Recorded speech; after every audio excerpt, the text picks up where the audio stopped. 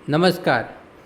अभी के समय में इन्वेस्टमेंट ग्रोथ बढ़ रहा है, वैसे वैसे फाइनेंशियल इन्फ्लुएंसर भी तेज़ी से बढ़ रहा है। उसके कारण रॉन्ग इन्फॉर्मेशन बहुत तेज़ी से फैलती है। उसी के कारण आम आदमी उसमें फंस जाता है और कभी कभी उसकी कमाई हुई सारी दौलत चली जाती है। इसलिए फाइनेंस मिनिस्टर निर्मला सीतारमण ने इस बात को गंभीरता से लेते हुए फाइनेंशियल इन्फ्लुएंसर के बारे में सावधानी बरतने को कहा है। तो रवि, आप बताइए फाइनेंशियल इन्फ्लुएंसर का मतलब क्या है? जैसे सोशल मीडिया के इन्फ्लुएंसर होते हैं, उसी तरीके से फाइनेंस के फील्ड में काम करने वाले इन्फ्लुएंसर्स को फाइनेंशियल इन्फ्लुएंसर भी कहते हैं, जिसको फिनफ्लुएंसर भी शॉर्ट में कहा जाता है। तो ऐसा क्या होगा कि फाइनेंस मिनिस्टर को फाइनेंशियल इन्फ्लुएंसर से बचने के लिए कहना पड़ा? रिसेंटली कुछ केसेस आए थे फाइनेंस मिनिस्टर के पास, जिसमें पता चला कि जो फाइनेंशियल इन्फ्लुएंसर्स के थ्रू जो प्रोडक्ट्स के अंदर इन्वेस्टमेंट किया गया था, वो एक्चुअल में वो प्रोडक्ट्स थे ही नहीं, और उसको ये पता चला कि ये सारे प्रोडक्ट्स एक्चुअल में पॉन्जी स्कीम्स हैं।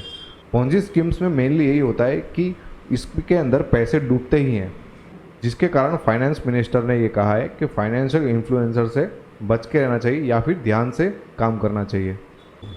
तो आप ये भी बताइए फाइनेंशियल इन्फ्लुएंसर कैसे ट्रैप करते हैं? फाइनेंशियल इन्फ्लुएंसर बहुत ही स्मार्टली ट्रैप करते हैं। उनकी जो टेक्निक्स है वो बहुत ही शानदार होती है। वो हमें समझने के लिए भी बहुत ही ज़रूरी है, जिसके कारण हम इससे बच सकते हैं। पहले तो वो बड़े बड़े वादे करते हैं कि हम अगर इस स्टॉक के अंदर या फिर ऐसे फंड के अंदर हम इन्वेस्टमेंट करेंगे तो हमें बहुत ही शानदार रिटर्न मिलेगा, लेकिन एक्चुअल में ऐसा होता नहीं है। किसी भी स्टॉक के अंदर कभी भी कोई गारंटीड रिटर्न्स नहीं होते हैं।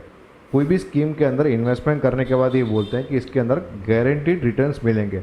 गारंटीड रिटर्न्स सिर्फ एफडी के अंदर मिलते हैं, बाकी कोई ऐसा प्रोडक्ट नहीं है जिसके अंदर गारंटीड रिटर्न्स मिलते हैं। लोन के मामले में भी ऐसा ही होता है। वो ये कहते हैं कि आप लोन के लिए डॉक्यूमेंट सबमिट कर दो। लोन के लिए डॉक्यूमेंट सबमिट करने के बाद ये कहते हैं कि आपको थोड़ा बहुत यहाँ पर प्रोसेसिंग चार्जेस पे करना पड़ेगा। जैसे ही यहाँ पर उपभोक्ता अपने प्रोसेसिंग चार्ज को भरता है, तो बाद में ये पता चलता है कि वो यहाँ से गायब हो चुके हैं। जो भी प्रोसेसिंग चार्ज था वो छोटा मोटा अमाउंट हो सकता है, लेकिन ऐसे लाखों लोगों के साथ में ऐसा होता है। और ये जो स्कैम है वो बहुत ही बड़े पैमाने पर चल रहा है। इसमें जो स्कैमस्टर्स हैं वो करोड़ों में कमाई कर रहे हैं।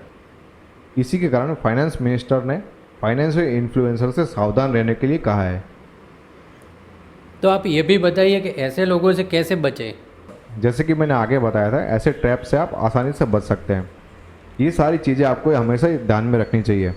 जैसे कि कोई भी फाइनेंशियल प्रोडक्ट खरीदने से पहले आपको उस प्रोडक्ट के बारे में पूरी जानकारी होनी चाहिए।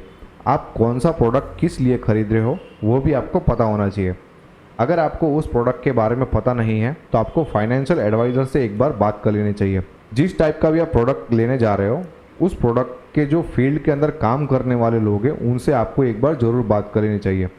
जो भी आप प्रोडक्ट ले रहे हो या फिर सर्विस ले रहे हो, उसकी आपकी थॉरोली रिसर्च करी होनी चाहिए। उसके बिना आप अगर कोई भी प्रोडक्ट लेते हो तो आपके साथ स्कैम होना फिक्स है। आप आखिर में क्या कहना चाहेंगे?